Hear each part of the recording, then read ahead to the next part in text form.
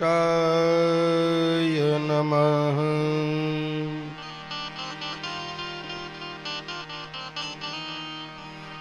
गजाननं भूतं गणाधिसेवितं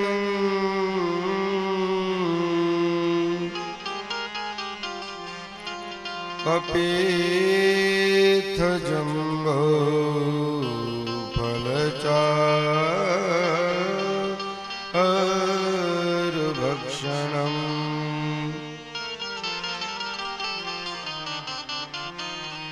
उमासुतं शोकं विनाश्यकारकम्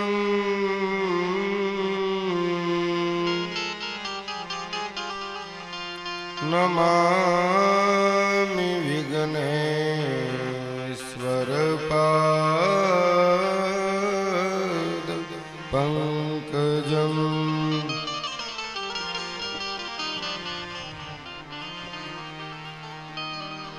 कस्तूरे तिलकं ललाटपटले वक्षस्थले कौस्तुभम्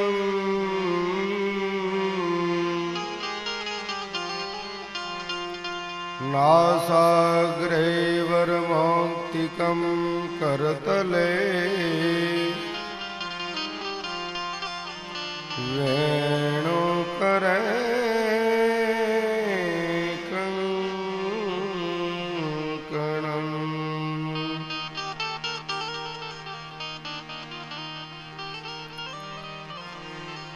सर्वांगे हरिचंदनं सुललितं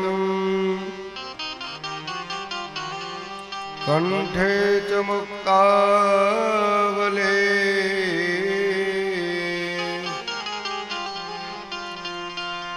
गोपस्त्री परिवेष्टितो विजयते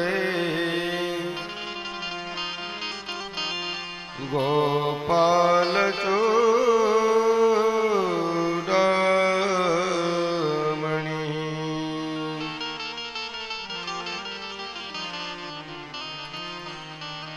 अखंडयानंदबोधेन शिष्य संतापहारिणे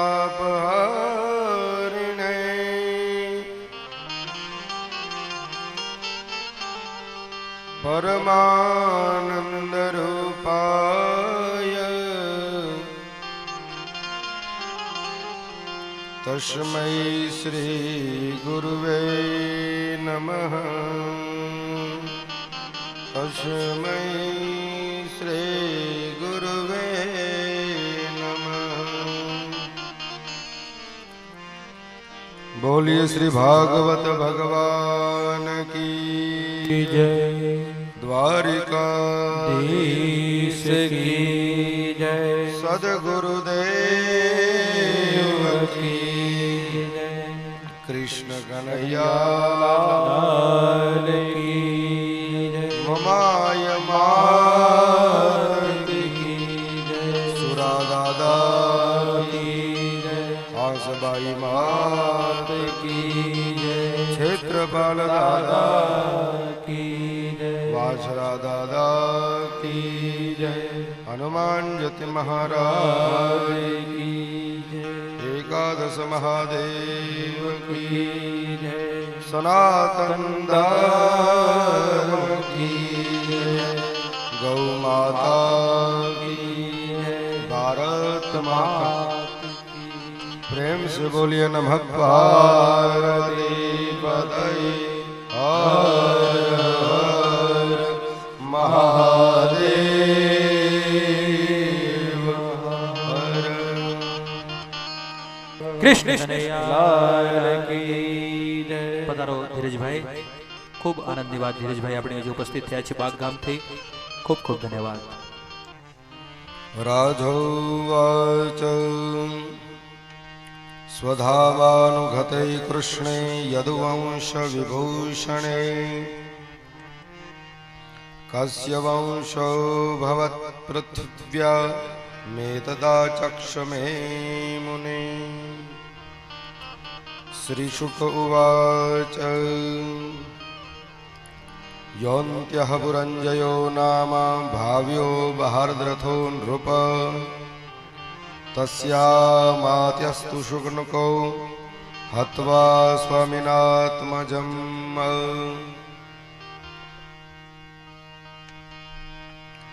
कथा परिषदની અંદર બિરાજમાન ભાગવત ભગવાનના ચરણોમાં વંદન કરી જગતજનની માં જગદંબા મોમાઈના સાનિધ્યમાં બેસી અલૌકિક અને અવર્ણનીય શ્રીમદ ભાગવત કથાનું સજનો આપણે રસપાન કરી રહ્યા છીએ. અપરાહ્ન પર્ય એટલે કે બપોર પછીના સત્રમાં આજે અંતિમ સત્રની અંદર સજનો આપણે ભેગા થયા છીએ. જન્મ જન્માંતરના પુણ્યનો ઉદય થાય ત્યારે શ્રીમદ ભાગવતની કથાનો લાભ પ્રાપ્ત થાય છે. જાડ્ય ટળે મન મલ ગળે અને નિર્મલ થાય દેહ. ભાગ્ય હોય ત્યારે ભાગવત સાંભળીએ, શ્રવણે હોય સજનો. ભાગ્યમાં લખેલી હોય તો ભાગવતનો રસપાન આપણને પ્રાપ્ત થાય છે. મધ્યાહન કાલે જ્યારે બપોરે કથાને આપણે વિરામ દેતા હતા ત્યારે જાણ્યું ભગવાન ઉદ્ધવજીને જ્ઞાન ઉપદેશ આપી અને કીધું કે તમે બદ્રિકાશ્રમમાં જાઓ, મારી પાદુકા લઈ અને હવે પૃથ્વીનો ભાર સમેટી અને ભગવાન 125 વર્ષ સુધી આ પૃથ્વી માથે રહ્યા, 125 વર્ષ સુધી અને પોતાની અંતિમ યાત્રા પૂર્ણ કરી અને ભગવાન સ્વધામ ગયા છે સજનો. તે કથા આપણે મધ્યાહન કાલે જાણી. હવે 12મા સ્કંદની અંદર આપણે પ્રવેશ કરીએ અને મહારાજ પરીક્ષિત આજે બે હાથ જોડી અને સુખદેવજીના ચરણોમાં માથું નમાવી અને પૂછી રહ્યો છે કે ભગવાન સ્વધામ ગયા. એ તો આપણે જાણ્યું કે તેના પછી ધર્મ કોના શરણે ગયો તે આપણે કથામાં કીધું. હવે અહીંયા પૂછે છે કે ભગવાન સ્વધામ ગયા ત્યારે પૃથ્વીમાં કયો વંશ આગળ વધ્યો, કયા કયા રાજાઓ વધ્યા આગળ, મહારાજ તે મને કથા કહી સંભળાવો. અને દિવ્ય એવી કથાની રસપાન કરાવતા કરાવતા શ્રી શુક ઉવાચ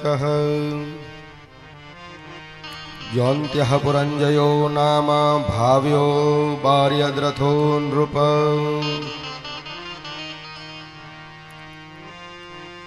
શ્રી સુખદેવજી રાજા પરીક્ષિતને કથા સંભળાવી રહ્યા છે. ગંગા કિનારે અનશન વ્રત ધારણ કરેલાને સુત અને સોનકાદીનો ભેટો છે નૈમિષારણ્યમાં અને ભગવાનની કૃપાથી મસ્કા ગામની પાવન પુનિત ધરામાંથી આપણો ભેટો થઈ રહ્યો છે સજનો.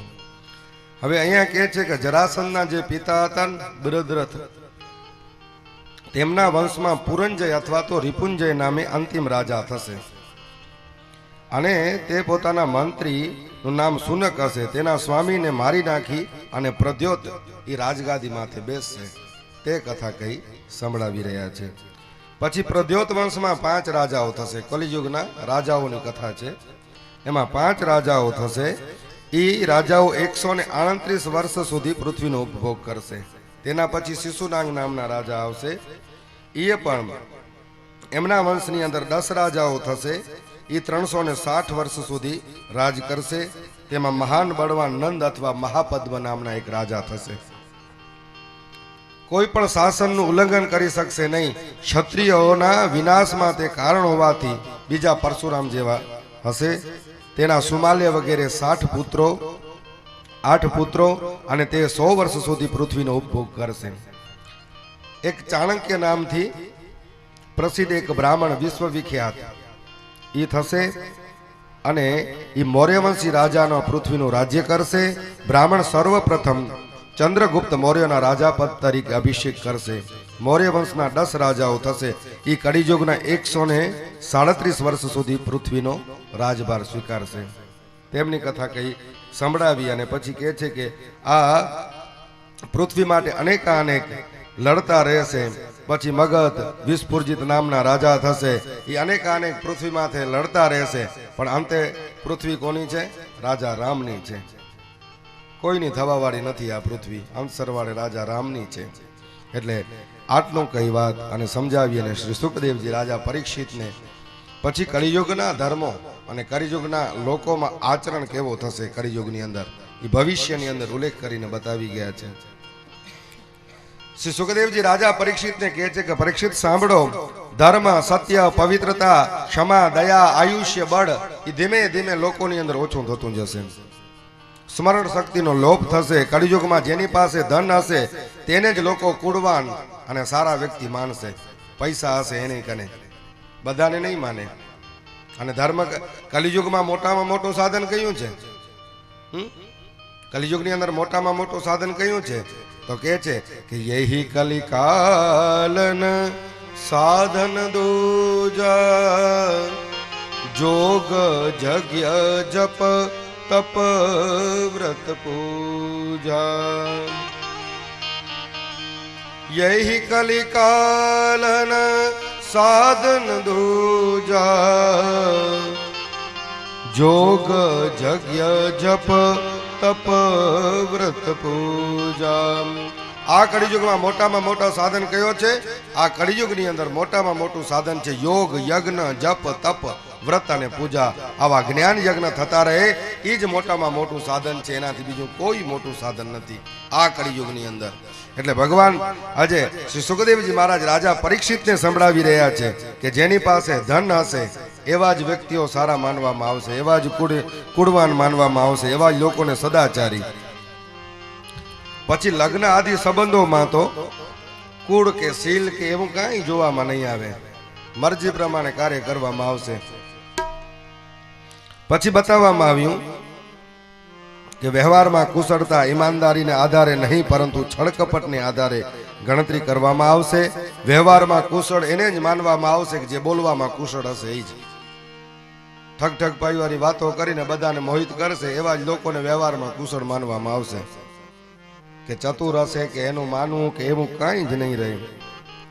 વસ્ત્ર, દંડ, કમંડળ, બ્રહ્મચારી, સંન્યાસીના વગેરેના બધાના ભૂસાઈ જશે અને બ્રાહ્મણોની ઓળખાણ ખાલી માત્ર એક જનોઈથી રહેશે કળિયુગની અંદર.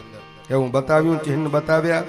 લાંચ આપવામાં અથવા તો પૈસા ખર્ચ કરવામાં અસમર્થ હશે તે ન્યાયાલયમાં ઉચિત ન્યાય નહીં મેળવી શકે.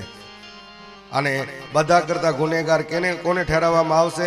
તો ભાગવત કહે છે જે ગરીબ હશે ને એને જ ગુનેગાર ઠેરવવામાં આવશે, બીજા કોઈને નહીં ઠેરવવામાં આવે.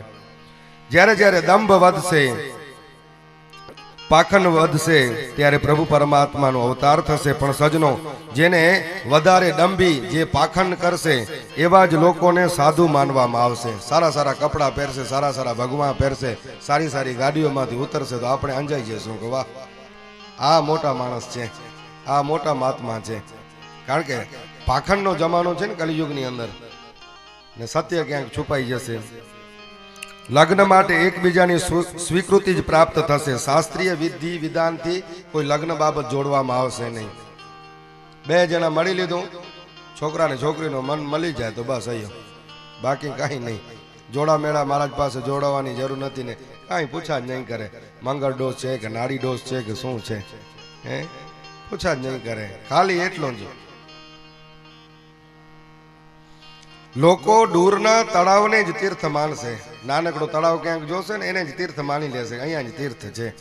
નજીકમાં ગંગા, જમુના અથવા તો માતા પિતા નજીકમાં હશે તેની પણ ઉપેક્ષા કરશે. માથા ઉપર મોટા મોટા વાળ રાખવાનો જ ફેશન આવશે. શારીરિકતા, સુંદરતાની અંદર ખાલી નિશાનીઓમાં માનવામાં આવશે અને જીવનનો શ્રેષ્ઠ પુરુષાર્થ હશે પેટ ભરવું. એ જ માથું ઓળી અને મોઢું સાફ થઈ ગયું એને જ લોકો સ્નાન માનશે, બાકી નહીં માને. માથું ઓળી લીધું, મોઢું ધોઈ નાખ્યું તો લોકો સમજશે કે અમે સ્નાન કરી લીધું, બાકી બીજા કોઈને સ્નાન માનશે નહીં. અને દરેકે દરેક ચારે વર્ણના લોકો, બ્રાહ્મણ, ક્ષત્રિય, વૈશ્ય અને શૂદ્ર, એ કલિયુગની અંદર બધા એ રાજા બનશે. કળિયુગની અંદર બતાવ્યું છે રાજા ક્ષત્રિય બની શકે, પણ એની અંદર બધા રાજા બનશે. નાનામાં નાનો માણસ હશે એને સલામ કરવી પડશે સાહેબ, કારણ કે રાજા બને એટલે એના માથે એને સલામ તો કરવી પડે. અને ક્યારેક ક્યારેક અનાવૃષ્ટિ તો ક્યારેક ઉપરા ઉપરી સરકારી કર નાખવામાં આવશે, ક્યારેક ઠંડીનો ભારે પ્રકોપ, ક્યારેક હિમવર્ષા અને નદીઓના વિનાશપુર આવશે. આવી કુદરતી અમુક અનેક આફત આવશે. અને શ્રી સુખદેવજી રાજા પરીક્ષિતને કહે છે કે સાંભળો, ત્રિશૌ દ્વિશતી વર્ષાણી પરમાયુ કલો નૃણામ. માણસોની વધીને વધી કલિયુગમાં કેટલી આયુષ રહેશે? 20 કે 30 વર્ષની રહેશે, વધીને વધી.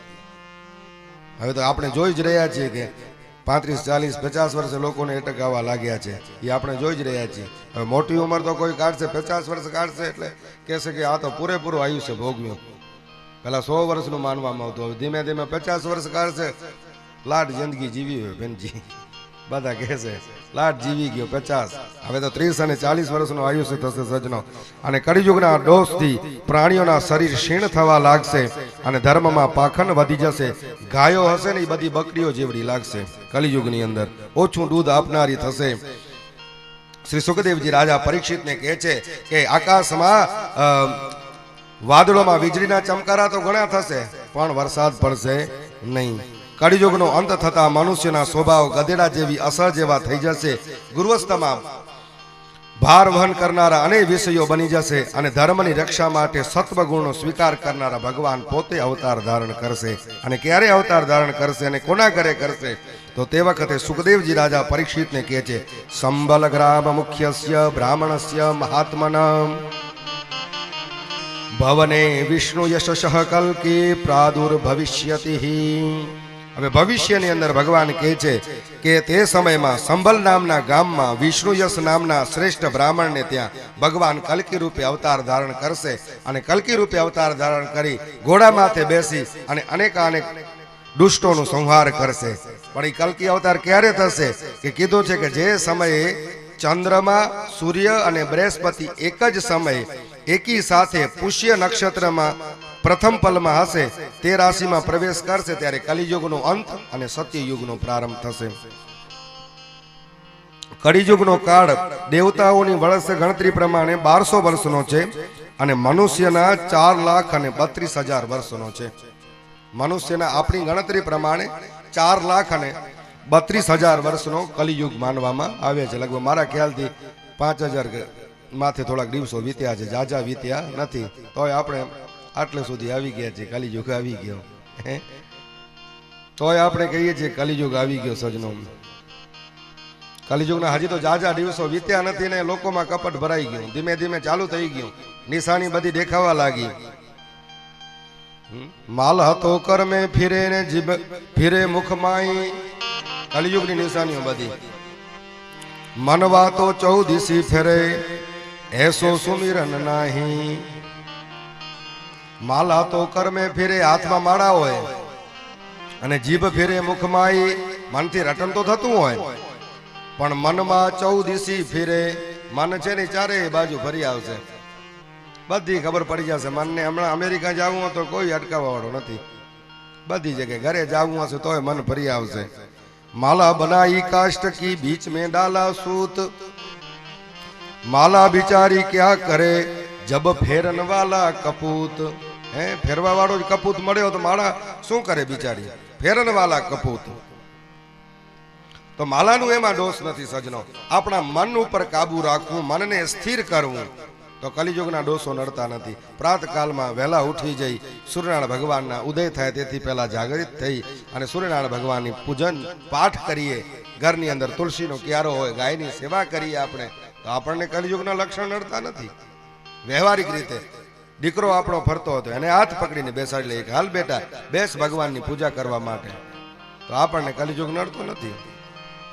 બાકી 9 વાગી જાય ને હજી મને સુવા દો, હજી મને સુવા દો, તો સાહેબ બધું નડશે, બધી બીમારીઓ આવે. તો આપણને દુઃખ થવા વાળું છે. પણ સંધ્યાવંદન થાય, પૂજા પાઠ થાય, ભગવાન માતાજીના સ્ત્રોત્ર મંત્ર જાપ જેટલું આવડે ને, કદાચ કાંઈ ના આવડે તો ભાગવતમાં એટલે સુધી કીધું છે કે કલિયુગમાં નામ કીર્તન ઈ જ મોટામાં મોટો મહિમા છે. તો ખાલી ઓમ નમો ભગવતે વાસુદેવાયનો જાપ કરીને તોય માણસના બધા પાપો બળીને ભસ્મ થઈ જાય છે. ખાલી ઓમ નમો ભગવતે વાસુદેવાયનો જાપ કરીએ. એટલે આ કલિયુગની અંદર બચવા માટે નામ સંકીર્તન ઈ જ મોટામાં મોટું ગુણ બતાવવામાં આવ્યું છે. અનેક રાજાઓ લડી લડીને પૃથ્વી માથે મરણ પામ્યા, પણ અંત સરવાળે પૃથ્વી કહે છે કે કોઈના માટે, કારણ કે હું તો અહીંયા જ થઈ છું, પૃથ્વી કહે છે, બાકી રાજાઓ બધા ગુજરી ગયા લડી લડીને મારા માટે. શ્રી સુખદેવજી રાજા પરીક્ષિતને કહે છે કે સતયુગના સતયુગમાં ધર્મના 4 ચરણ હોય છે, સત્ય, દયા, તપ, દાન. તે સમયે લોકોમાં પૂરી નિષ્ઠા હોય છે ભગવાન પ્રત્યે. પણ કલિયુગમાં જ્યારે અધર્મ વધી ગયો છે ત્યારે લોકોની અંદર ધીમે ધીમે સત્યતા, પવિત્રતા એ બધી ઓછી થવા લાગે છે. એટલા માટે કલિયુગની અંદર કલેર દોષ નિધે રાજન નસ્તિયે કે મહાન ગુણન. સુખદેવજી મહારાજ રાજા પરીક્ષિતને કહે છે કે કલેર દોષ નિધે રાજન નસ્તી એકે મહાન ગુણમ. કલિયુગમાં એક મહાન ગુણ બતાવવામાં આવ્યું છે. તો કયું ગુણ બતાવવામાં આવ્યું છે? તો કહે છે કીર્તનાદેવ કૃષ્ણસ્ય. કીર્તન છે ને, ભગવાનનું કીર્તન કરવું ને એ જ મોટામાં મોટું ગુણ બતાવ્યું છે. મુક્ત સંઘ પરમ વ્રજેત. આ બીજા બધા સંઘ છોડી દો, આસક્તિ જ ન રાખો કોઈમાં, અને ભગવાનનું કીર્તન એ જ મોટામાં મોટું સંઘ છે.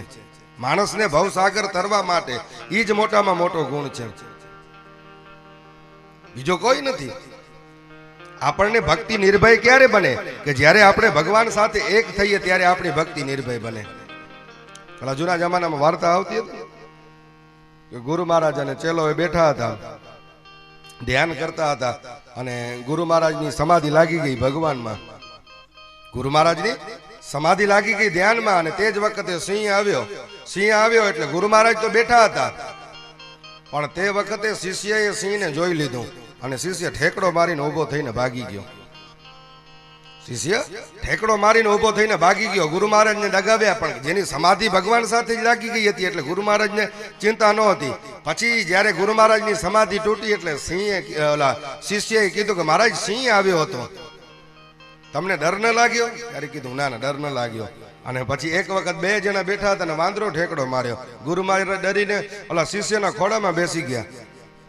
ત્યારે વળી શિષ્યએ કીધું કે જ્યારે સિંહ આવ્યો ત્યારે તમને ડર ન લાગ્યો, ને અહીંયા વાંદરો અહીંયા કુદાકુદ કરે છે, તમે ઠેકડો મારીને મારા ખોડામાં આવી ગયા. અને ગુરુ મહારાજે તે જ વખતે કીધું કે ત્યારે હું બેઠો હતો ને ભગવાનના એક થઈ, ભગવાન સાથે તાર જોડીને બેઠો હતો, અને આજે બેઠો છું તારી સાથે, એટલે મને દુઃખ થાય છે. ભગવાન સાથે હતો ત્યારે મને નહોતું ચિંતા, કારણ કે મારી ભક્તિ નિર્ભય હતી.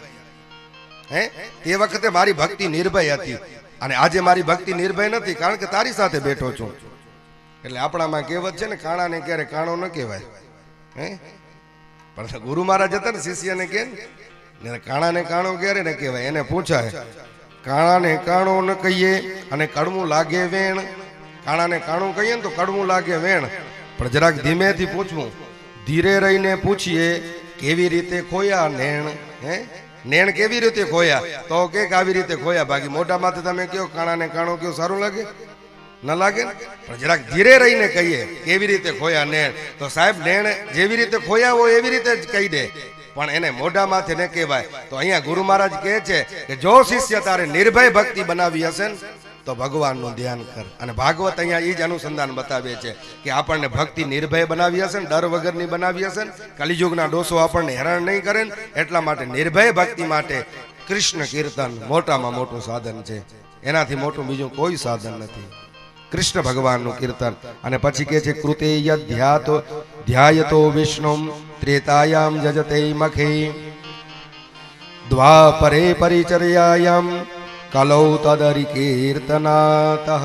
કલિયુગમાં મોટામાં મોટું સાધન છે કીર્તન, ભગવાનનું નામ કીર્તન, એ જ મોટામાં મોટું સાધન છે. સજનો, 4 પ્રલયની વાત કરી છે, નિત્ય પ્રલય, નૈમિતિક પ્રલય, પ્રાકૃત પ્રલય અને આત્યંતિક પ્રલય. વાસ્તવમાં કાળની ગતિ છે. શ્રી સુખદેવજી રાજા પરીક્ષિતને કથા સંભળાવી રહ્યા છે, અને ભગવાનનું સ્મરણ કરતા કરતા શ્રી સુખદેવજી મહારાજ કહે છે કે હે રાજા, હવે તું પશુ બુદ્ધિ મૂકી દે. હવે તારો સમય નજીક આવી ગયો છે. તક્ષક નાગ તમને કરડશે એવું તું ન માનજે કે મને કરડશે કે મારા દેહને કરડશે ને હું મરી જઈશ, એવું જરાય ચિંતા ન કર. આત્મા અને દેહને બેને જુદા માન. રાજા હવે જુદા માની લે, પશુ બુદ્ધિ ન રાખ, અને બધું ભગવાનને અર્પણ કરી દે. જે કંઈ કાર્ય કર્યું છે, વિચાર્યું છે, એ બધું ભગવાનને અર્પણ કર. અહમ બ્રહ્મ પરમ ધામમ બ્રહ્માહમ પરમમ પદમ. ભગવાનને બધું સોપરત કરી દે જે છે એ. અને રાજા હવે કાંઈ કરવું છે, નહીંતર હું જ્યાં સુધી બેઠો હોઈશ ત્યાં સુધી તક્ષક તારો વાળ વાંકો નહીં કરે. શ્રી સુખદેવજી મહારાજે કીધું, રાજાને અભય આપે છે, અભયદાન આપે છે, અને કહે છે કે તક્ષક જરાય તને કરડશે નહીં જ્યાં સુધી હું બેઠો છું. અને હવે તારે કાંઈ પૂછવું છે? અને તે જ વખતે પરીક્ષિત રાજા ચરણોમાં પડી શ્રી સુખદેવજીની બાજુમાં બેસી અને પ્રાર્થના કરી છે. સિદ્ધોસ્મ્યનુગૃહિતસ્મિ ભવતા કરુણાત્મન શ્રાવિતો જચ્ચ મે સાક્ષાત નાદી નિધનો હરિ. હે ભગવાન, આપની મારા માથે કરુણા થઈ છે. એનું કારણ એ કે આપે મને તરબોળ કર્યું છે, ભક્તિ ભાવથી તરબોળ કર્યું છે. હવે અંતિમ પૂજા તમારી મને કરવી છે. અંતિમ પૂજા કરી અને હું મારા જીવનને ધન્ય માનું. સજનો વિચાર કરજો, જ્યારે રાજા પરીક્ષિત માટે શ્રી સુખદેવજી વરદ હસ્ત મૂક્યો ત્યારે જ રાજાનું જીવન સુધરી ગયું હતું. તે જ સમયે રાજાનું જીવન સુધરી ગયું હતું. એનું કારણ કે એવા પરમ યોગી સુખદેવજી મહારાજ જેવા એના માથે હાથ મૂકે તો એમના જીવનનું કલ્યાણ થઈ જાય. અને અંત સરવાળે રાજા પરીક્ષિતજી કહે છે, અજ્ઞાન ઉચ્ચ નિરસ્તંભે જ્ઞાન વિજ્ઞાન નિષ્ઠયા ભવતા દર્શિતમ ક્ષેમમ પરમ ભગવતમ પદમ. મહારાજ, મારી બધી ઇન્દ્રિયોનો હું ત્યાગ કરી અને હવે પરમ પદને જઈશ. તમારી પૂજાથી હું ધન્ય બન્યો છું. મહારાજ, તમારી વાણીથી હું ધન્ય બન્યો છું. તમે મને કહેતા હતા ને કે તારે ભૂખ લાગી હોય, તરસ લાગી હોય તો જળપાન કરી લે. પણ મહારાજ, મને આ અમૃત કથા દ્વારા બીજું કાંઈ સંભળાતું નહોતું, દેખાતું નહોતું. એક ને એક જ આ ભગવાનની ભગવત કથા મારા જીવનને ધન્ય બનાવી લીધી છે. મહારાજ, હવે એક વખત જીવનમાં આ ભગવત કથા ઉતરી જાય એના પછી બીજી તૃષા માણસને શું હોય? એક જ ભગવાનની ભગવત કથા જીવને ધન્ય બનાવનારી આ કલિકાલની અંદર મોટામાં મોટું સજનો સાધન છે તો શ્રીમદ ભાગવત કથા જેવું બીજું કોઈ સાધન નથી. અને તે જ વખતે શ્રી સુખદેવજી મહારાજ રાજા પરીક્ષિત માથે હાથ મૂકે છે. રાજા, હવે કઈ હજી પૂછવું છે? કઈ તો પૂછી લે અંતિમ ચરણની અંદર. ત્યારે રાજાએ કીધું, નહીં મહારાજ, હવે તમારી પૂજા કરી હું ધન્ય બન્યો છું. ત્યારે શ્રી સુખદેવજી મહારાજ યોગી હતા ને, પરમ યોગી. ત્યારે રાજા, તને કીધું હતું ને જ્યારે હું આવ્યો ત્યારે મર્યાદા માટે એક કેળાનું પાન મંગાવ્યું હતું મારા શરીર માથે વીંટળાવવા માટે. લે, હવે આ પાનનો પણ ઘા કરી નાખજે, મારે એ પણ નથી જોઈતું. સજનો વિચાર તો કરો, એ કેવા પ્રકારની ભક્તિ હશે, કેવા પ્રકારના શ્રી સુખદેવજી મહારાજ હશે. કોઈ તારીખ નક્કી નહીં, હે કથાની, ભાઈ તારીખ લ્યો, આટલા પૈસા આપો, આ કરો, કાંઈ નહીં, કોઈ પણ પ્રકારની નહીં. અને આ પરમ ભક્તિ ભાવથી રાજા પરીક્ષિતનો જીવનની અંદર ઉદ્ધાર બનાવી દીધો. રાજા પરીક્ષિત ધન્ય બની ગયા છે. અને ઋષિમુનિઓ, યોગીઓની મંડળી સહિત ઉભા થઈ પોતાનું મૃગચર્મ ખંખેરી બગલમાં નાખી અને તે જ વખતે સજનો રવાના થયા છે. આજે ડાળીઓ અને વૃક્ષો બધી નમી નમીને સુખદેવજી મહારાજના ચરણોને સ્પર્શ કરે છે. એવા મહાન યોગીની પૂજા કરી રહ્યા છે સજનો. આજે ડાળીઓ, વેલાઓ, પાંદડાઓ આજે ભગવાનની પૂજા કરી રહ્યા છે સુખદેવજી મહારાજની. અને તે જ વખતે યોગ સાધનામાં સ્થિત થઈ અને પરીક્ષિત મહારાજ ભગવાનનું સ્મરણ કરે છે. સજનો, દેહ એમનો ગંગા કિનારે છે પણ મન તો પરમ ધામમાં લાગી ગયો છે. સજનો, મન તો પરમ ધામમાં લાગી ગયો છે. એમનો દેહ ખાલી અહીંયા પડ્યો છે. અને તે જ વખતે શૃંગી ઋષિનો મોકલેલો તક્ષક નાંગ આવે છે. કશ્યપ મહારાજ મળ્યા, કીધું હું તારો ઝેર ઉતારી નાખીશ. તેમને માન મોભો પ્રતિષ્ઠા આપીને તેમને પાછા વળ્યા છે. અને તક્ષક નાંગ આવ્યો, એમને ડંખ દે તેથી પહેલા તો ભગવાનના ધામમાં ચાલ્યા ગયા હતા. તક્ષક નાંગ કરડ્યો છે પરીક્ષિત મહારાજના ચરણની અંદર અને એમનો દેહ બળીને ભસ્મ થયો છે. જય જયકાર થવા લાગ્યો. બોલીએ શ્રી પરીક્ષિત મહારાજ કી જય. પરીક્ષિત મહારાજ કી જય. પરીક્ષિત મહારાજ કી જય. પરીક્ષિત મહારાજ ભગવાનને પરમધામની પ્રાપ્તિ થઈ છે. જેવી રાજા પરીક્ષિતને પરમધામની પ્રાપ્તિ થઈ એવી જ આપણા પિતૃઓને પરમધામની પ્રાપ્તિ થાય. રણછોડજી બાપા, જે ચિમનલાલ ભાઈ અને અખંડ સૌભાગ્ય ઉર્મિલાબેન, એ પોતાના નાનુ બાપા પાછળ શ્રીમદ ભાગવતની કથા વંચાવી રહ્યા છે ભાવ અને પ્રેમથી. તો રણછોડજી બાપાને એવી જ મહારાજ પરીક્ષિતને જ્યારે પરમ ગતિ પ્રાપ્ત થઈ અને ભાગવતની કથા દ્વારા એવી જ એમના પિતૃઓને પરમ ગતિ પ્રાપ્ત થયા. ધીરજભાઈ, એવી આપણે ભગવાન પાસે પ્રાર્થના કરવાની છે કે એમને ભગવાનના ધામમાં મોક્ષ મળે, ભગવાનની સેવાનો લાભ મળે. સજનો, આ ભગવાનની કથા અતિ ઉત્તમ, પાપીમાં પાપી એવો જીવ ધુંધુકારી હતો, પ્રેત બનેલો હતો, એને પણ મુક્ત કરતી હોય. એ તો આપણા પિતૃઓ તો એના કરતા વધારે સારા. એમનેથી મુક્તિ ને મુક્તિ જ છે. ખાલી તમારા મોઢામાંથી નીકળી ગયું કે ભાગવતની કથા કરવી છે તો એનાથી મુખ્ય મોટું સાધન કયું હોય સજનો? ખાલી એક વખત તમારા મોઢામાંથી નીકળી ગયું કે નહીં ભાગવતની કથા કરવી છે. અને ઘણા દિવસોથી એવો ભાવ હતો કે મહારાજ શ્રી કથા કથા કથા. અને આપણે લગભગ બાગ બેઠા હતા, ચિમનલાલભાઈ બાગ બેઠા હતા અને તે વખતે આપણે નક્કી કર્યું કે હમણાં નહીં, તેથી પહેલા કાર્તક મહિનામાં લાભ પાંચમના દાડે નક્કી કર્યું હતું. પણ સમય અનુસાર અને કદાચ આપણા જપ તપ હજી આપણા બધાના થોડાક ઓછા હશે. શું થોડાક જપ તપ વધારે થાય ને તો ભગવાન આપોઆપ આપણા આંગણામાં રમે. પણ સજનો થોડાક જપ તપ કદાચ મારા ખ્યાલથી ઓછા હશે, એટલે એક વખત લાભ પંચમને આપણને મોકો ન મળ્યો. ફરી પાછો આપણે ચૈત્ર મહિનામાં 8મ લગભગ મારા ખ્યાલથી ફાઇનલ હતી. પણ તેમ છતાં પણ તે વખતે પણ કોટી બ્રહ્માંડના અધિપતિનું કરવું, જે કરવું તે સારું. તમારી ભલે ટિકિટો બધી નક્કી હશે, તમે આવાવાળા જતા ને બધા સંગીત વૃંદ ને બધા સાઉન્ડ એ બધું ફાઇનલ હતું. પ્રકાશભાઈ કહેતા હતા મારે હવે તો આપણને કરવી જ છે. ત્યારે પણ ભગવાનની કૃપાથી જે હશે એ પ્રમાણે. અને વળી પાછા આપણે આ કાર્તક મહિનાની અંદર આ શુભ તિથિના દિવસે જે પ્રભુ પરમાત્માના ગુણગાન ગાવાનો આપણને બધાને લાભ મળ્યો, મોકો મળ્યો, એવા ભાવ સાથે આપણે ભગવાનની આ કથાનું રસપાન કર્યું છે સજનો.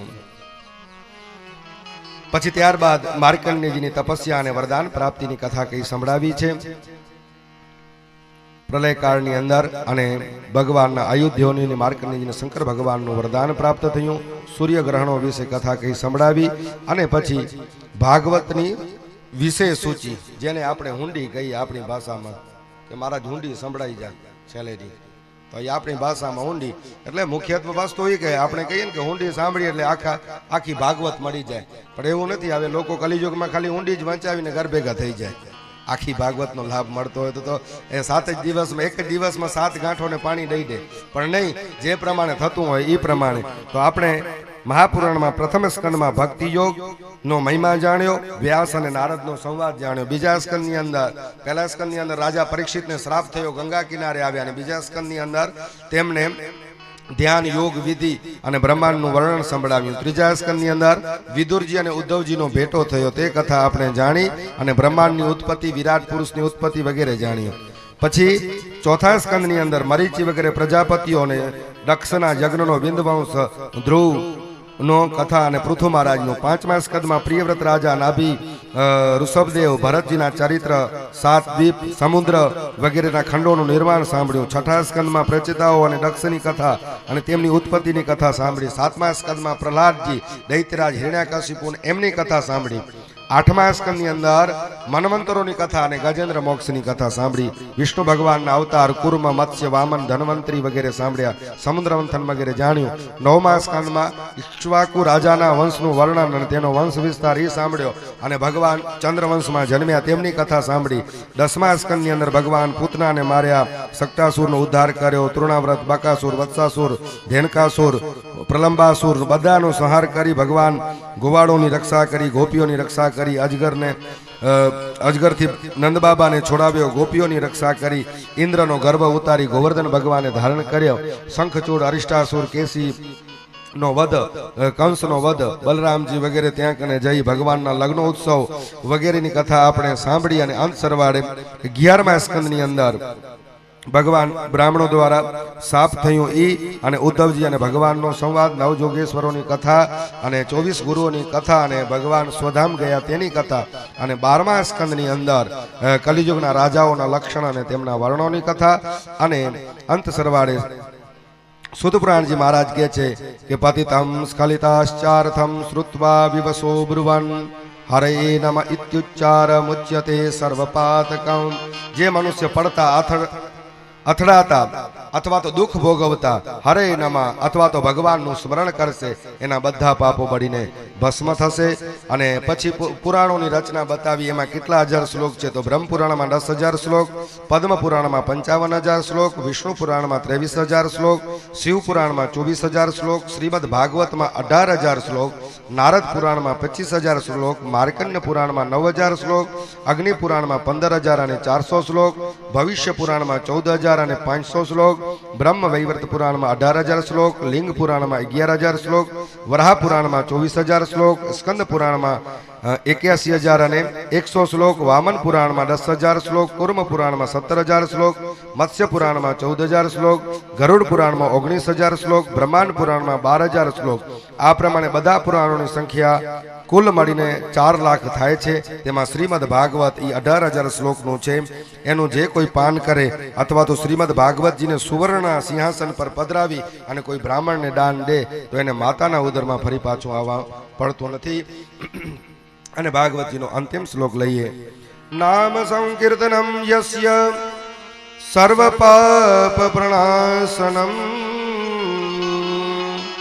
પ્રણામો દુઃખ સમનમ तं नमामि हरिं परं तं नमामि हरिं परम।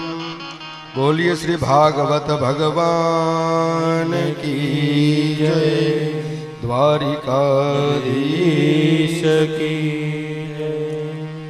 ભાગવત પુરાણના 18,000 શ્લોકનું સજનો આપણે વર્ણન કર્યું। જાણતા અજાણતા અમારાથી કંઈ અપરાધ થયો હોય તો વધારે ક્યાંક આ સત્યની ગાદી છે, ક્યાંક બોલાઈ જાય તો કોઈકને માઠું પણ લાગી જાય તો અહીંથી અથવા તો અમારા સ્ટાફ વતીથી કોઈને કંઈ કહેવાઈ ગયું હોય તો ક્ષમા યાચના। અને સજનો ભાવ અને પ્રેમથી વધારે તો આભાર તમારો માનવાનો છે, કારણ કે તમે ભાવ અને પ્રેમથી એટલા શાંતિથી કથા સાંભળી છે, અમને કહેવામાં ખૂબ મજા આવી છે। એટલા ભાવ અને પ્રેમથી તમે કથા સાંભળી છે, એનાથી વિશેષ બીજો આનંદ કયું હોય। ખૂબ સારી રીતે, નહીં તો 7 દિવસ કાઢવા એટલે અમને પણ રાવણની જેમ 10 માથા રાખવા પડે ભાવેશભાઈ, અમને રાવણની જેમ 10 માથા રાખવા પડે, કારણ કે નહીંતર આટલા ભાવ અને પ્રેમથી। અને આજે તો હવે માત્ર ને માત્ર થોડીક વાર પૂરતી કથા હતી તો તમે કેટલા જણા આમ શાંતિથી સાંભળો છો, આ કથાનો લાભ લઈ રહ્યા છો તમે। અને આપણે જ્યારે હું આમ કાશી વિશ્વનાથ મહાદેવના મંદિરે ત્યાં કને કરી હતી, સલાહબેન ત્યાં કને, તે વખતે પણ આપણે ખૂબ આનંદ સજનો કર્યો હતો કથાની અંદર ભાવ અને પ્રેમથી। અને જેણે જેણે આ કથાની અંદર મનથી, તનથી, સેવા ભાવથી જે જોડાણા હોય એને ભગવાન, હું તો કહું છું, એમને સારા સારા આશીર્વાદ ભગવાન આપે અને એમને હજી ખૂબ આગળ વધારે એવો ભગવાન પાસે પ્રાર્થના। અમારા સંગીત વૃંદની અંદર જતીનભાઈ, તમે સૌ જાણો જ છો, શિક્ષક વ્યસ્ત હોવા છતાં પણ ભગવાનની ભક્તિભાવમાં ડૂબેલા જ હોય છે અને હર હંમેશ સાથે ને સાથે જ હોય છે। અને બહુ સારું, મારું મોટા ભાગનું કામ એ લોકો સંગીતવાળા સંભાળે છે। એ ભાઈ છે બાજુમાં છે કલ્પેશભાઈ, હમણાં એમની તબિયત થોડીક બરોબર નહોતી એના કારણે, પણ નહીંતર એ સતત હોય છે। ડાબી ને જમણી આંખ જો કોઈ પાંચું એ ડાબી ને જમણી આંખ જેને કહેવાય કહી શકાય એ છે। અને આ બાજુ અમારા કેવલ મહારાજ, એ તબલાના માણીગર છે અને બહુ સારા તબલા વગાડ્યા। પછી હરિસંગ બાપુ, એ પણ પોતે વિશારદ કરેલા છે અને ગાયક કલાકાર છે, અને છોકરાઓને બની શકે એ પ્રમાણે પોતાની રીતે શીખડાવે છે। અને પછી નરેન્દ્રસિંહ બેન્જો વાદક છે, એ બહુ સારો બેન્જો વગાડે છે। એમની મુલાકાત અમારી હમણાં જ થઈ કલ્પેશભાઈની અમારી, તે વખતે એ બહુ સારો બેન્જો વગાડે છે। અને ભગવાને અમુક વસ્તુ આપણી પાસેથી જૂટવી લે ને કુદરત થોડીક જોવામાં કે એ ભલે તકલીફ છે, પણ ભગવાને એમને હાથની કરામત બહુ સારી આપી છે। ત્રણેય એ બેઠા છે, એમને હાથની કરામત બહુ સારી આપી છે। જોવાની શક્તિ ભલે થોડીક ઓછી હોય પણ હાથની કરામત બહુ સારી આપી છે। આ મંડપની નીચે આપણે બેઠા તો આનંદભાઈનો મંડપ, એ બહુ સારો સરસ મજાનો, આપણે બેસીને શાંતિ થાય ને, ઘડીક આપણને એમ થાય બેસીએ ક્યાં, તો જ્યાં શાંતિ થાય એવા સ્થળે બેસીને તો બહુ આનંદ થાય। અને જે મારો અવાજ તમારી સુધી પહોંચાડી રહેલા એવા આપણા મોમાય સાઉન્ડના હિતેશભાઈ, એમને ખૂબ ખૂબ આશીર્વાદ આપીએ છીએ અહીંયાથી। અને એ બહુ સારો, લગભગ 5-6 કથાઓમાં એ ભેગા જ હોય છે અને બિચારો બહુ મોજીલો માણસ છે। એમને કહીએ કે ભાઈ આમ નહીં ને આમ, આજે ગળું દુખે છે એમ કહીએ તો ના ન કરે કે ભાઈ ના મારા થોડોક વોલ્યુમ વધારી દીધો, ના ક્યાંય ચિંતા ન કર્યો, એવો મોજીલો માણસ છે। અને જે વિડીયો, હવે એ તો પછી યાદગીરી તો ખપે ને, ભલે ઘરના થયા તો શું થયું, પણ અર્પણભાઈ યાદગીરી તમને અમે બસ પૂરું થશે આવીએ, પછી યાદગીરી જોવી હશે તો તમે અર્પણને કહેશો ને કે અર્પણ લગાડતો કેસેટ હવે જરાક મહારાજને જોઈ લઈએ। સંગીતવાળા કોણ કોણ મહેમાન આવ્યા હતા, હમણાં તો આપણે અસ્તવ્યસ્ત હોઈએ એની અંદર, કામની અંદર કે કથા સાંભળવાની અંદર, તો એ આપણને અર્પણભાઈ માટે જોરદાર તાળીઓ વગાડો, એમનું સ્વાગત કરો।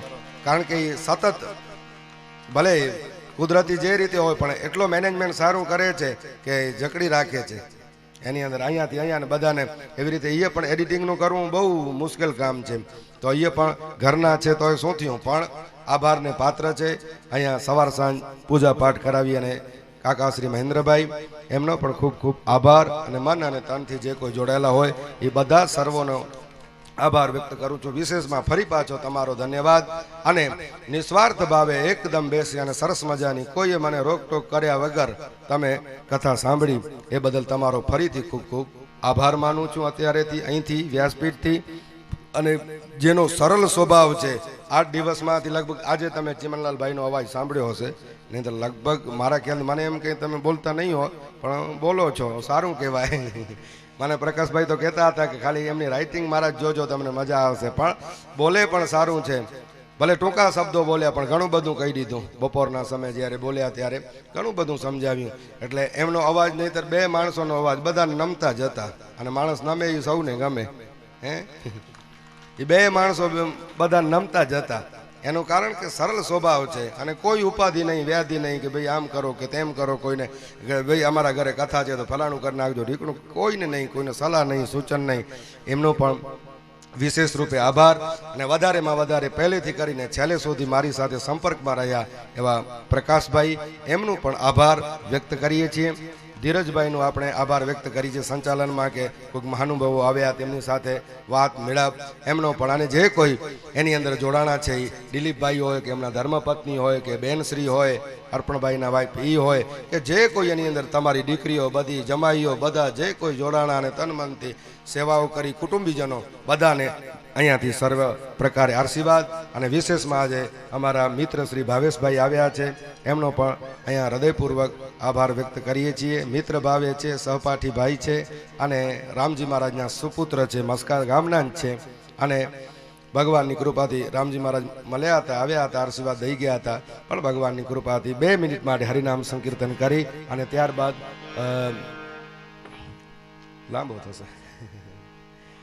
રાધે રાધે ગોવિંદ ગોવિંદ રાધે રાધે રાધે ગોવિંદ ગોપાલ રાધે રાધે રાધે ગોવિંદ ગોપાલ રાધે રાધે રાધે ગોવિંદ ગોપાલ રાધે રાધે રાધે ગોવિંદ ગોપાલ રાધે રાધે રાધે ગોવિંદ ગોપાલ રાધે રાધે રાધે ગોવિંદ ગોપાલ રાધે ગોપાલ રાધે જય ગોવિંદ રાધે ગોપાલ રાધે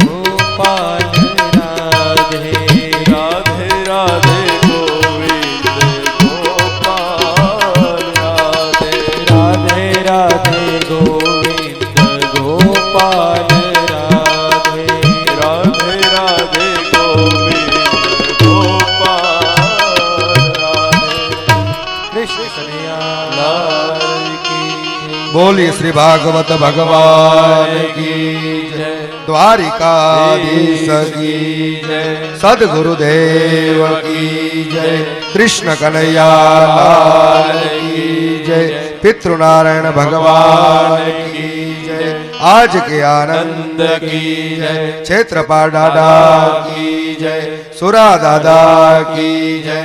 प्रेम से बोलिए नमः पार्वती पतये हर हर महादेव।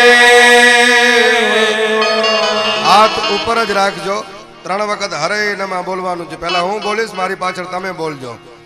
हरे नमः हरे नमः हरे नमः हरे नमः हरे નમઃ. હરે નમઃ. બોલીએ શ્રી વૃંદાવન વિહારી લાલ કી જય. જય જય શ્રી રાધે. જય જય શ્રી રાધે. જય જય જય શ્રી રાધે. કૃષ્ણ કનૈયા કનૈયાલાલ કી જય.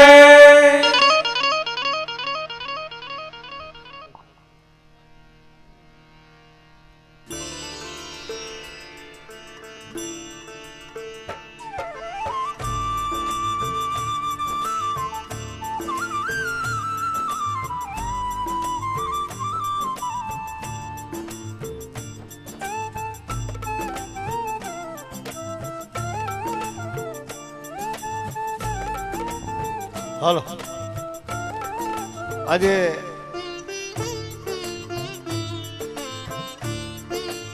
આપણે પૂર્ણાવંતી ન કહીએ, મહારાજ વિરામ કહીએ, કારણ મને એવું લાગે છે કે હજી ઉર્મિલાબેન ને ચિમનભાઈ 2-5 વર્ષે પાછી આવીને આવી કથા બેહાડે. તાળી વગાડો જોરદાર.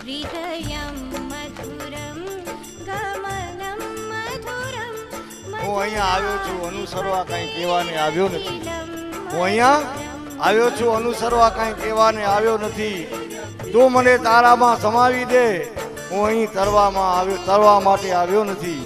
હાથ મારા બે ફેલાવું તો ખુદાઈ તારી દૂર નથી. હું માંગું અને તું આપે એ વાત મને મંજૂર નથી. ભગવાન પાસે કાંઈ માંગવું નહીં ક્યારે. આ તો કૃષ્ણ કનૈયાનો દરબાર, ભાગવત ભગવાનનું મંદિર.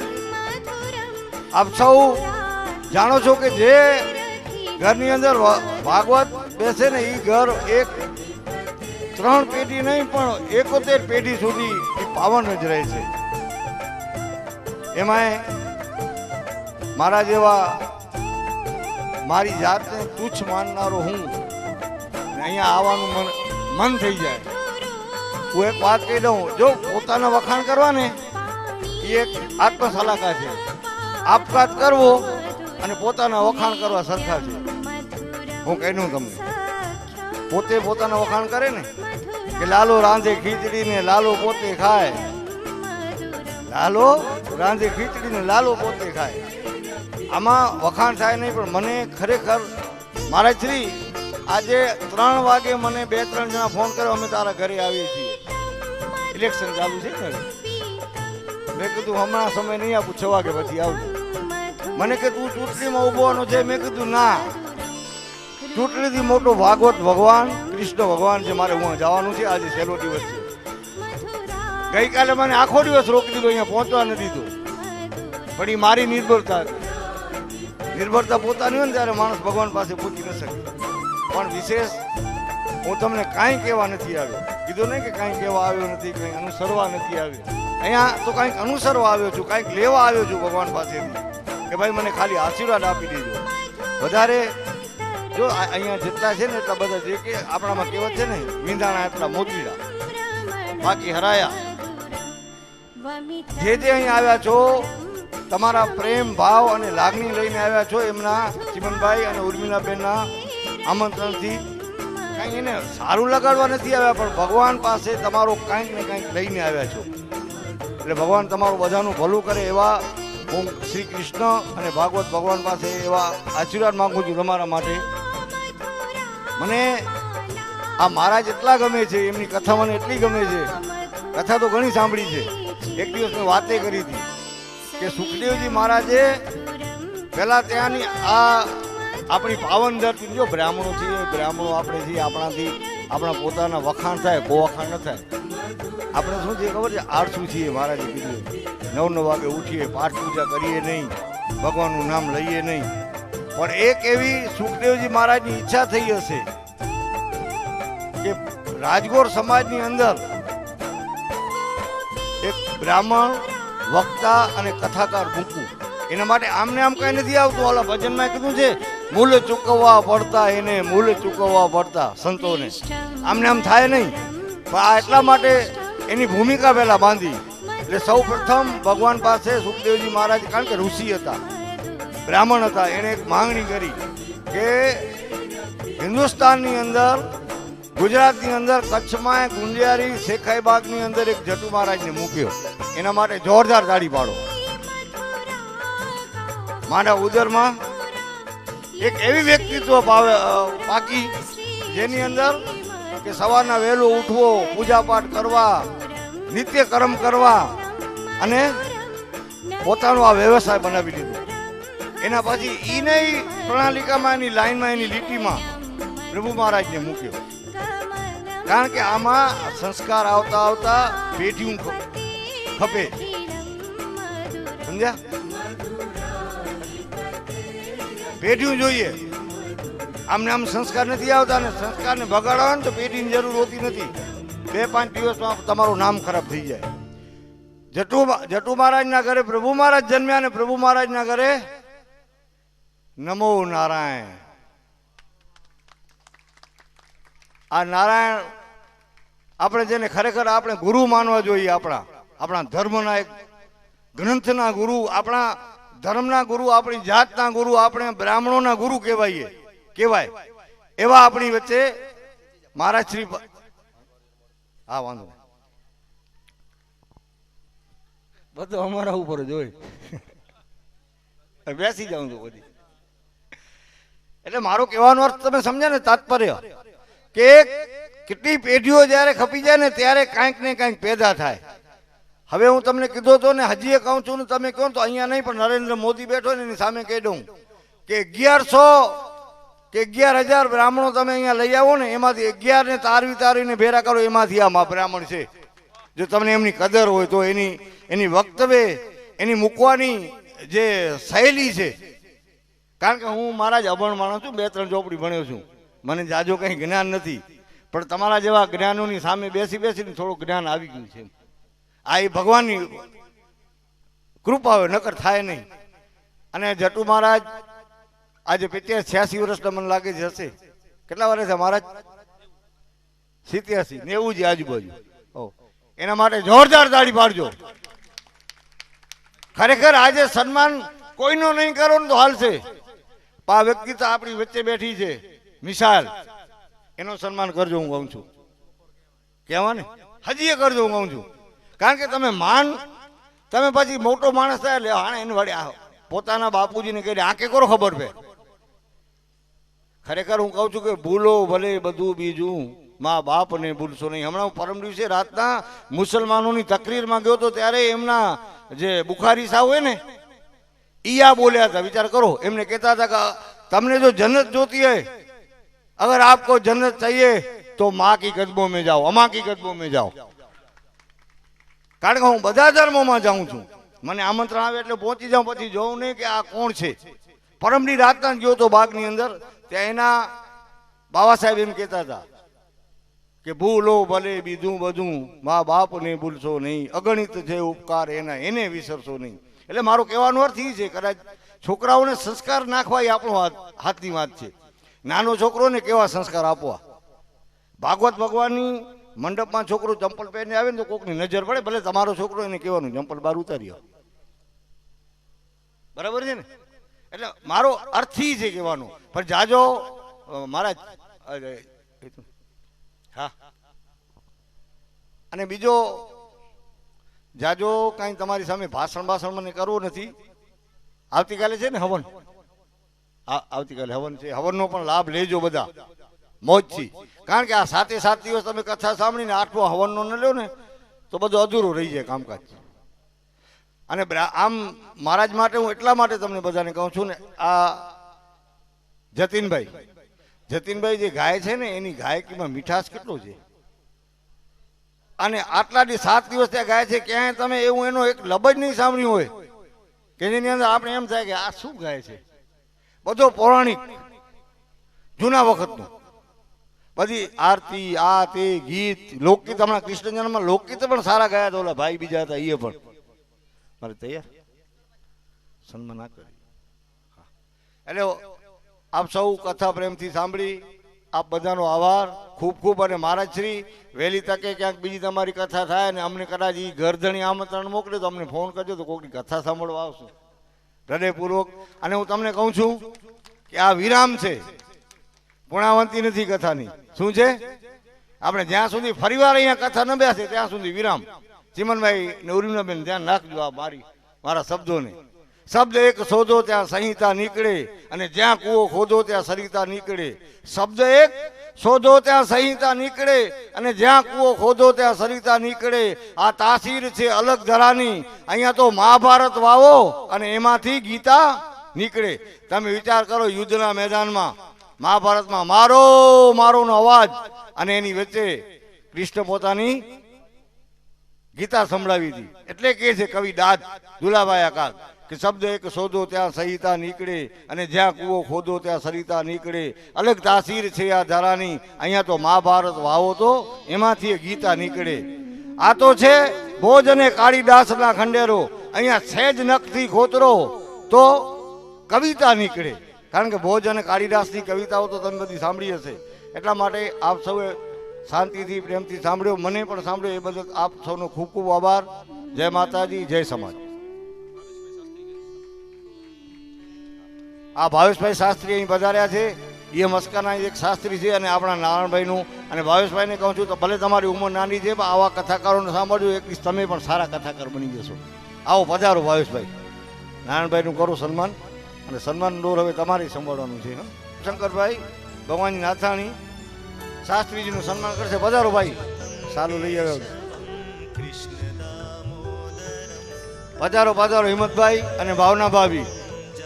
ધાર્મિક પ્રવૃત્તિ અને 360 દિવસ ભગવાન ઉપર મંદિર ઉપર જવાવાળા આ બે માણસો આવે ને, એના દીકરો અને એની વહુ એ પણ રોજ મંદિર ઉપર જાય છે. આવા સંસ્કાર આપણો છોકરાનો. હિંમતભાઈ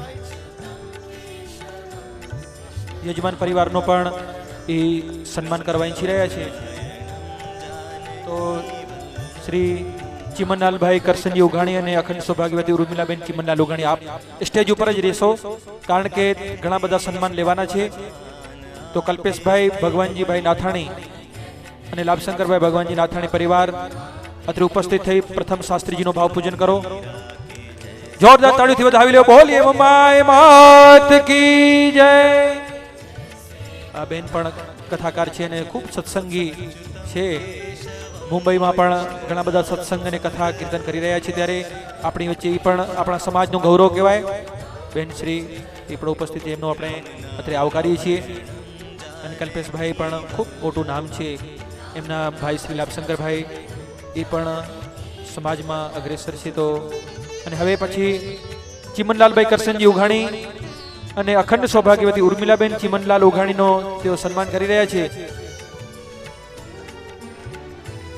બોલીએ શ્રી મમાએ માત કી જય, સુરા દાદા કી જય. ખૂબ સુંદર આવો જ્યારે ભક્તિમય વાતાવરણ હોય અને એમાં શ્રીમદ ભાગવત સપ્તાહ જ્ઞાની યજ્ઞ એમના આંગણે હોય. આપણે સૌ 7 દિવસથી ભગવાનના ગુણગાન ગાયા છે, ત્યારે આપણી વચ્ચે કમલેશભાઈ મોતીલાલભાઈ મોતા ઉપસ્થિત છે. કમલેશભાઈને જોરદાર તાળીથી વધાવી લ્યો. આખા જિલ્લામાં આપણા રાજગુર સમાજનું નામ શિક્ષણ ક્ષેત્રે આગળ વધાર્યું છે, અને માધ્યમિક શાળાઓ છે, ઉચ્ચતર માધ્યમિક શાળાઓમાં ખૂબ સુંદર રીતે મોનિટરિંગ કરી રહ્યા છે, અને ક્લાસ 2 ની એક્ઝામ પાસ કરીને આખા જિલ્લામાં આપણા રાજગુર સમાજનું શિક્ષણ ક્ષેત્રે નામ રોશન કર્યું છે. એવા કમલેશભાઈ મોતા, અમે તો ઘણા વર્ષોથી એમની પાસે પ્રેરણા લીધી છે, અને એમના પિતાજી પણ 2-3 પેઢીઓને ભણાવ્યા છે, અને કમલેશભાઈ પણ એવા જ તેજસ્વી બની અને આખા કચ્છ જિલ્લામાં શિક્ષણનું એમ કહેવાય છે પ્રાદુર્ભાવ કર્યું છે, અને શિક્ષણ ક્ષેત્રે બધાને નવી પેઢીને તેઓ હર હંમેશ જાગૃત કરતા રહે છે, અને એક ઉચ્ચ અધિકારી તરીકે એમણે પદવી પ્રાપ્ત કરી છે. ત્યારે આપણે પણ એમને અત્રેથી સ્વાગત કરીએ છીએ. એમને પણ આપણે સાંભળશું છેલ્લે.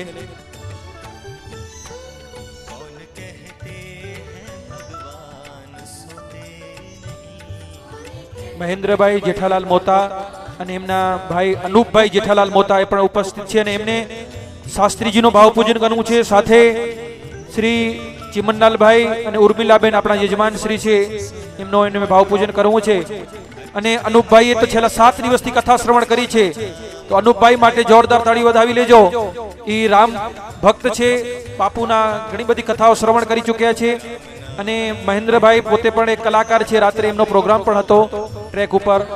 તો મહેન્દ્રભાઈ આપ અને અનુપભાઈ બંને ભાઈઓ અત્રે ઉપસ્થિત થાઓ અને પ્રથમ શાસ્ત્રીજીનો ભાવ પૂજન કરો.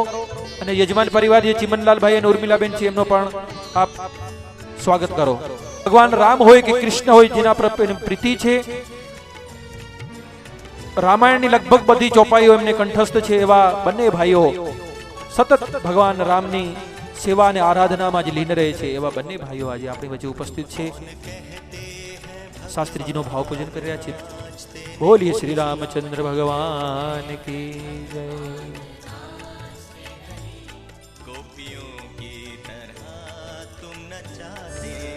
વાહ, આવી સ્મરણીય ક્ષણને આપ કેમેરામાં કંડારી રહ્યા છો. અર્પણભાઈ વિડીયો શૂટિંગમાં એમના જ ઘરે જ્યારે કથા હોય ત્યારે 7 દિવસથી ખૂબ સુંદર મજાની વિડીયો શૂટિંગ અને એમના મિત્રોએ આપી છે. આપણે લાઈવ પ્રસારણ પણ કર્યું છે ફેસબુક, વોટ્સએપ અને યુટ્યુબ ઉપર. ચિમનલાલભાઈ કરસનજી ઉઘાણી, અખંડ સૌભાગ્યવતી ઉર્મિલાબેન ચિમનલાલ ઉઘાણીનો સન્માન કરી રહ્યા છે. મહેન્દ્રભાઈ અને અનુપભાઈ. અતિ આનંદની ક્ષણ. આવી ભગવતી ગાથા હોય ત્યારે આવો ભાવ ખરેખર આપણે સૌને આનંદરૂપ બની રહે છે. મહેન્દ્રભાઈને પોતાનો ભાવ રજૂ કરવો છે 2 મિનિટ. બોલીએ કૃષ્ણ કનૈયા લાલ કી જય. પહેલો તો આ યજમાન મારા મામાજી ચિમનભાઈ, જે પોતાના નાનાજીની પાછળ આટલો સુંદર કાર્યક્રમ અહીં કર્યો. બીજો મારો રાજીપો એ વ્યક્ત કરું છું કે આપણા રાજગોર સમાજના ગૌરવ કહેવાય એવા નારાયણભાઈ, જેની મારા ખ્યાલથી 16મી કથા આપણા આ પટાંગણમાં થઈ છે. બહુ ગૌરવની વાત છે. આપણે ત્યાં આવા આપણી સમાજમાં આવા તેજસ્વી વક્તાઓ જે આપણે ત્યાં કથા કરી, આપણને બહુ સહજ અને સરળ શૈલીમાં આપણને કથાનો શ્રવણ અહીં કરાવ્યો. ખૂબ જ હું અડધો દિવસ 2-3 વખત આવ્યો, પણ મને ખૂબ જ આનંદ થયો. જે આપણા મને એમ લાગ્યું કે આપણા સમાજમાં આ ગૌરવ કહેવાય જે આવી વ્યક્તિઓ. અને નારાયણભાઈ માટે હું ખૂબ જ આનંદ વ્યક્ત કરું છું. 5મી પેઢીથી ભાઈ બહેનો, 5મી પેઢીથી આ ભગવાનના ગુણગાન ગાતા આવ્યા છે. એ બદલ ભગવાનની કૃપા હોય ત્યારે જ આવા કાર્ય થતા હોય છે. નારાયણભાઈ, મારો હું વ્યક્તિગત અનુભવ આપું તો કથા એ આપણા જીવનમાં આખું મૂળ બદલાવી દે છે. કથા અને સત્સંગ, તુલસીદાસજી રામચરિત માનસમાં એમ કહ્યું છે, બિનુ સત્સંગ વિવેક ન હોય, રામ કૃપા બિનુ સુલભ ન હોય. ભગવાનની કૃપા હોય તો જ આપણને સત્સંગ મળતું હોય છે. કાલે આપણે અહીં સાંભળતા હતા પરમ દિવસે, ત્યારે જિજ્ઞાબેન પણ ભાગવતના વક્તા છે. એને પણ મેં કહ્યું કે બેન, તમે આપનો પ્રતિભાવ આપો, તમે પણ વક્તા છો, 2 શબ્દ સંભળાવો. ત્યારે જિજ્ઞાબેને પણ કહ્યું કે જ્યાં સુધી ભગવાનની કૃપા ન હોય ત્યાં સુધી આપણે ગેટ સુધી ઊભા હોઈએ, પણ મંડપમાં આવવાનું મન ન થાય. કારણ કે ભગવાનની કૃપા હોય તો જ આપણે અહીં ભગવાનના મંડપમાં આવી અને ભગવાનની કથા સાંભળી શકીએ. મેરે ભાઈ બહેન, આપણે કથા એક તો આપણી માનસિક પરિસ્થિતિમાં ઘણો સુધારો કરે છે. વેર, વ્યસન અને વહેમ એ ત્રણેયને દૂર કરે છે. હું રામાયણ ખૂબ જ સાંભળું, મને બહુ પ્રિય ગ્રંથ છે. ભાગવત પણ બહુ પ્રિય ગ્રંથ છે. આપણે જોયું હશે, તમે સાંભળ્યું હશે કે રામાયણમાં દેવીને જ્યારે શંકા થઈ માં ભગવતી પાર્વતીને, ત્યારે ભગવાન શંકરને કહ્યું કે રામ બ્રહ્મ કેમ છે, આમ તેમ બધું ઘણા પ્રશ્નો કર્યા છે. આખી કથા ભગવાન શંકરે જ્યારે પાર્વતીને સંભળાવી ત્યારે પાર્વતીને કહ્યું, હવે દેવી આપણને કંઈ સાંભળવું છે. ત્યારે પાર્વતીનો પ્રતિભાવ જુઓ. પાર્વતી કહીએ, મેં કૃત ભયો તબ વેશ, ઉપજી રામ ભગતિ કહ બીતે સકલ કલેશ. મારો ક્લેશ નષ્ટ થઈ ગયો. મહારાજ, આપ કહેતે જાઓ, બસ તમારા વચનોથી મને તૃપ્તિ નથી થતી. બીજી બાજુ આપણે જોઈએ તો ઉત્તંગ શિખર નીલગિરી પર્વત ઉપર ગરુડને જ્યારે સંદેહ થયો અને ગરુડને એમ થયું કે ખરવું નિશાચર બાંધે નાગપાસ સોહી રામ, ભગવાન બંધાયા કેમ? નાગપાસમાં જ્યારે ભગવાન બંધાઈ જાય છે રણ મેદાનમાં, લંકા કાંડમાં, ત્યારે ગરુડને પણ, નહીં તો ગરુડ સતત ભગવાનની સાથે રહેલો માણસ હતો, છતાં પણ એને મોહ થયો. અને ભગવાન શંકર પાસે આવ્યો ત્યારે ભગવાન શંકરે કહ્યું કે ખગ જાને ખગ હી કી ભાષા, તમે પક્ષી છો અને પક્ષીની ભાષા પક્ષી વધારે સમજી શકે, એટલા માટે તું નીલગિરી પર્વત ઉપર જાઓ, ત્યાં નિત્ય રામાયણ થાય છે. નીલગિરી પર્વત ઉપર ગરુડ જાય છે અને ત્યાં કથા ચાલુ છે, ત્યાં જઈ અને બેસી જાય છે. આખી કથા સાંભળી લીધી પછી કાગભૂષણજી ગરુડને કહે છે કે મહારાજ આપણને કઈ પ્રશ્ન કરવું છે. ત્યારે ગરુડે પણ એમ કહ્યું, ગયો મોરે સંદેહ સુનહુ સકલ રઘુપતિ ચરિત ભયો રામ પદ નેહ તબ પ્રસાદ બાયસ તિલક. હે કાગકુળના તિલક, મેં તમારા વચન સાંભળીને કૃતાર્થ થયો છું. આમ કહી સમાધાન થઈ ગયું. બીજી બાજુ આપણે મહાભારત પણ સાંભળ્યું હશે, જોયું હશે. તો મહાભારતમાં પણ તમે જોયું છે અર્જુન ઘણી દલીલો કરે છે ભગવાન શ્રી કૃષ્ણની પાસે, અને શ્રી કૃષ્ણ ભગવાનને ઓછી મહેનત નથી કરાવી. 18,000 શ્લોકો જ્યારે ભગવાન શ્રી કૃષ્ણ અર્જુનને કહે છે ત્યારે અર્જુને એમ કહ્યું, નષ્ટો મોહા કરીશ તે વચનમ તવ, હવે ગોવિંદ એ મારા બાપ તું કહીશ એમ કરીશ. ત્યારે આત્મજ્ઞાન થયું છે. એટલે શ્રીમદ ભાગવતમાં મારો કહેવાનો અર્થ એ છે આપણો મોહ નષ્ટ થાય છે, આપણી વહેમવાળી જે માનસિકતા છે એ દૂર થાય છે. એટલે આપણે ત્યાં બધા જ શાસ્ત્રોમાં લગભગ તો શ્રવણથી શરૂઆત કરી છે. બસ સાંભળો, સાંભળશો તો ક્યારેક આચરણમાં પણ આવશે, જીવનમાં પણ આવશે. શ્રવણમ કીર્તનમ વિષ્ણુમ સ્મરણમ પાદ સેવનમ અર્ચનમ દાસ્યમ સખ્યમ આત્મનિવેદનમ. આત્મનિવેદન સુધી આ કથા આપણને લઈ જાય છે. પણ પહેલો શરૂઆત આપણને શ્રવણથી કરવાની છે. રામાયણમાં પણ નવધા ભક્તિમાં પણ પ્રથમ ભક્તિ સંતન કર સંગા, દૂસરી રતિ મમ કથા પ્રસંગા, ગુરુપદ પંકજ સેવા, તીસરી ભક્તિ અમાન. આવી રીતે નવ ભક્તિનો વર્ણન રામાયણમાં પણ થયું છે. આપણે સૌ અહીં બેસી અને આપણા નારાયણભાઈ વક્તાશ્રી એને આપણે સાંભળ્યું. ખૂબ જ ભાવ અને ખૂબ જ બધા જ પ્રસંગોને અનુપભાઈ મને રોજ કહે કે બહુ સરસ રીતે કથા આખીનું વર્ણન કર્યું છે. ત્યારે હું એના ચરણોમાં બાર વંદન કરું છું. અને આપણા જે સંગીતકાર છે અને જે યતીનભાઈ, આપણા કલ્પેશભાઈ, મહારાજ શ્રી બાપુ નરેન્દ્રસિંહ બેંજાવાદ, હરિસિંહ, આ બધી જે સંગીત આપી રહ્યા છે એ પણ ખૂબ જ સુર બહાર અને સરબદ્ધતા વાળો સંગીત આપણને મનમોહક કરે છે. એ બધાનો હું ખૂબ ખૂબ હૃદયપૂર્વક અહીંથી આ ભાગવત પીઠની બાજુમાં ઊભી બધાનો હું સન્માન કરું છું, એને આવકારું છું. ખૂબ જ સરસ રીતે આપે 7 દિવસ સુધી બધાને એક મંત્રમુગ્ધ કરી દીધો છે. માટે આટલું કહી મારા શબ્દોને વિરામ આપીશ. જય શ્રી કૃષ્ણ.